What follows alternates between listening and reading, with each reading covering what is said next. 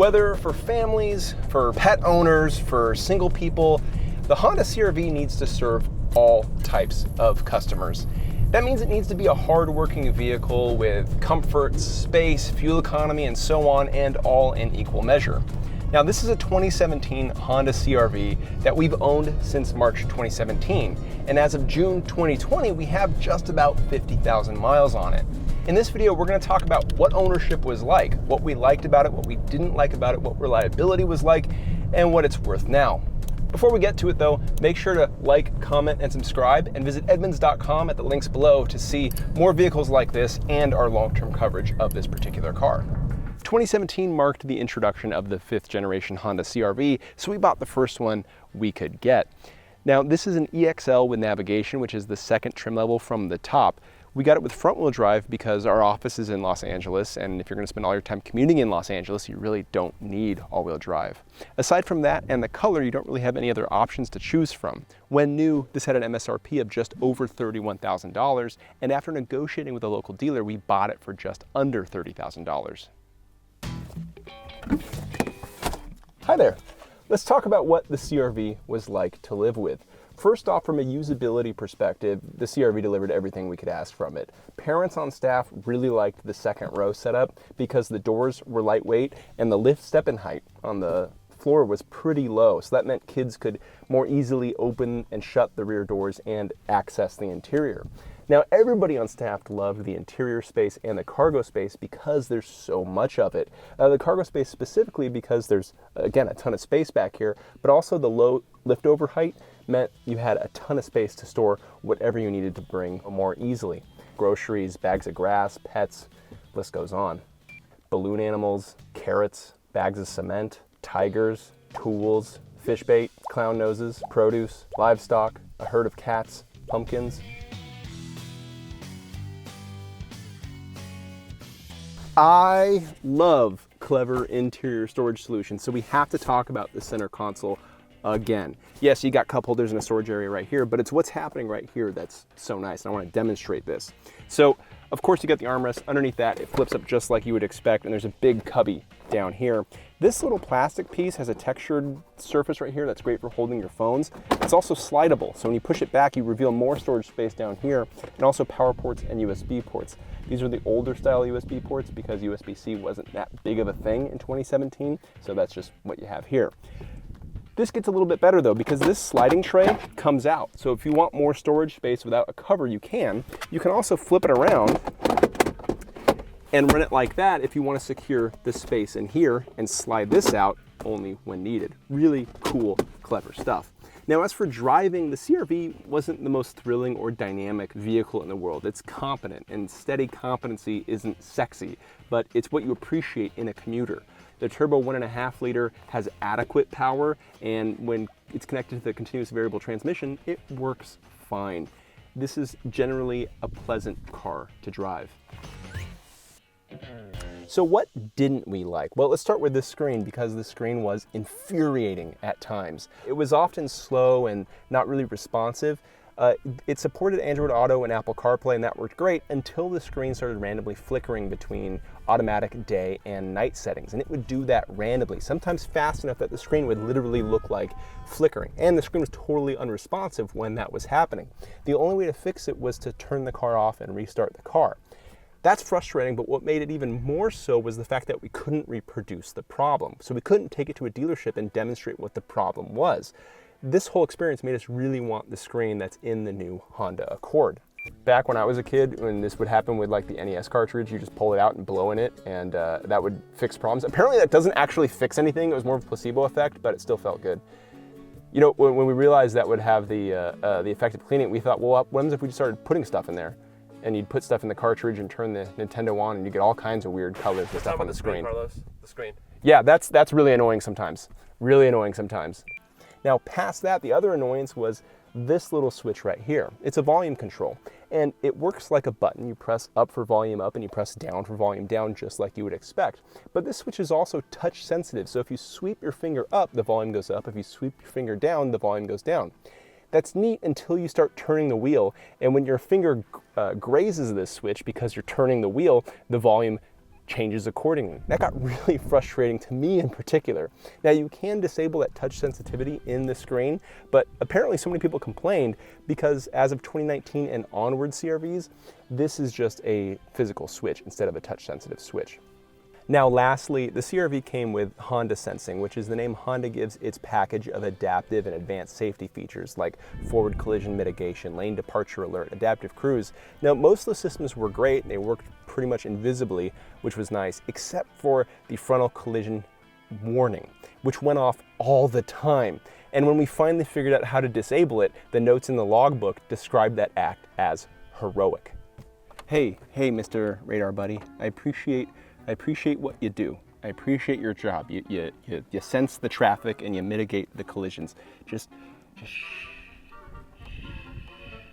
Those are some of my complaints, but there's a lot of other good things happening too. Let's hear from some of the feedback from the rest of the team. So compact SUVs like the Honda CR-V are popular picks for families that are expecting their first kid. And rightfully so. You know, they offer more passenger and cargo space than your average mid-sized sedan, yet they're not so big and unwieldy that they're hard to drive, especially if you're transitioning from a smaller car that's a lot more approachable. I've actually recommended the CR-V to my sister just a couple years back when she was pregnant with her first kid, and so far she loved it. When it comes to car seats though, the CR-V is good, but it's not perfect. But first to good, it has one of the largest rear seats in the segment, so there's lots of space to fit, you know, big and bulky seats. And I've actually installed my own car seat here and had no problems with it. It has these flexible buckles with these push-on connectors, and it's really easy if you have these seats with the rigid latch mount, so it's like just a straight bar. It can be actually pretty difficult to get that seat in, and it's because of the way that the anchor is positioned. It's positioned just a little too low, where you have to actually push the seat down and really shove it in to get it to connect. So the bottom line is my opinion of the CR-V hasn't changed. I still think it's a great car for a growing family, and I don't think my sister's planning on selling hers anytime soon. But if you do have the car seat that you're planning to use and you're in the market for a CR-V, maybe take it along and do a test fit just to make sure it works for you. Our long-term CR-V felt a lot nicer to drive than my parents' older version. They have a 2015. I tend to like beefier cars like Jeeps. My dog does too. So economy SUVs feel a little tinny and basic for my liking. I will say that the visibility was really great. I wish it had more power, but I really do like our long-term Honda Passport. I play in a band, and about 8 months ago we got offered a show down in San Diego. We live in Los Angeles, so while that was awesome, there was the small problem that at the time I only had a 4-door sedan.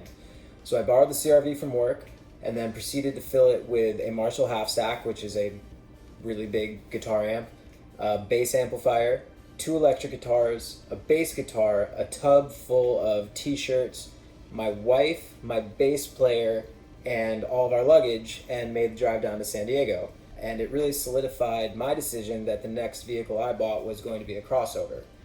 I bought the Mazda CX-5 though.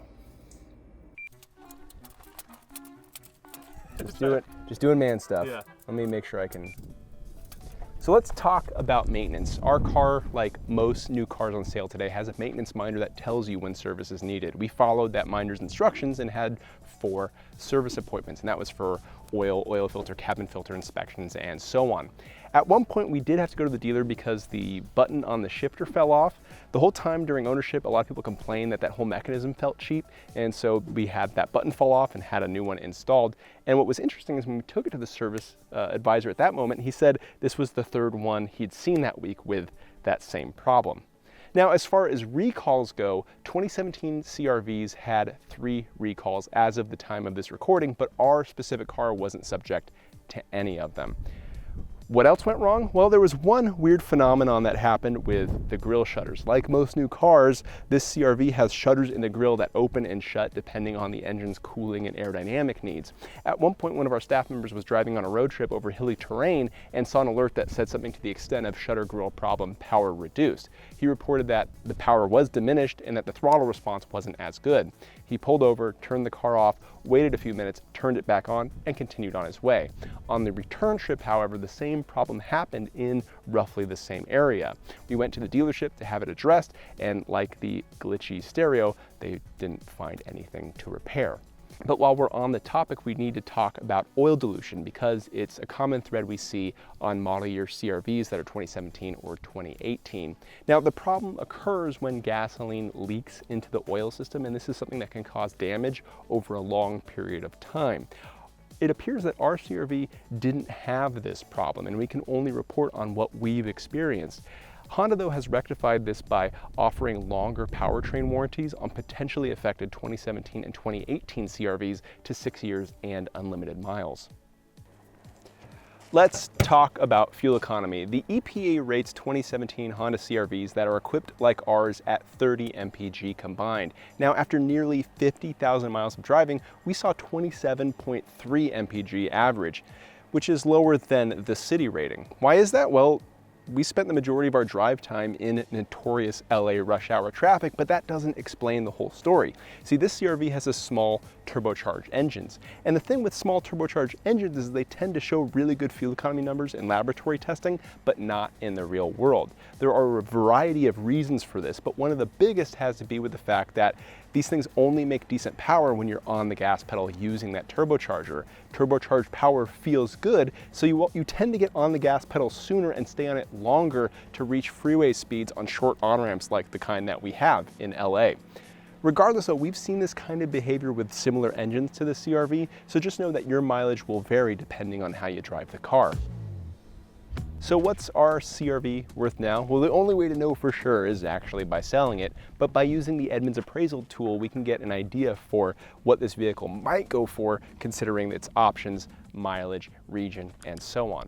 After building this vehicle out in that appraisal tool and considering the higher than average mileage, we got a private party value of $18,500 and a trade-in value of $16,000. I should note too that all-wheel drive was a $1,300 option when we ordered it, and adding it to this theoretical vehicle in the appraisal tool increases those prices by about $500. So where does all that leave the Honda CRV? Well, there were some glitchy parts of ownership, like the shutter grille issue we had. There were some frustrating parts too, like the inconsistent entertainment screen.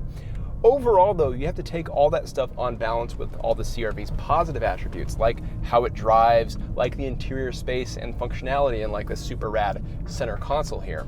And on balance, we find that the CRV remains one of the best SUV recommendations for most shoppers, and that's why it's still at the top of our rankings.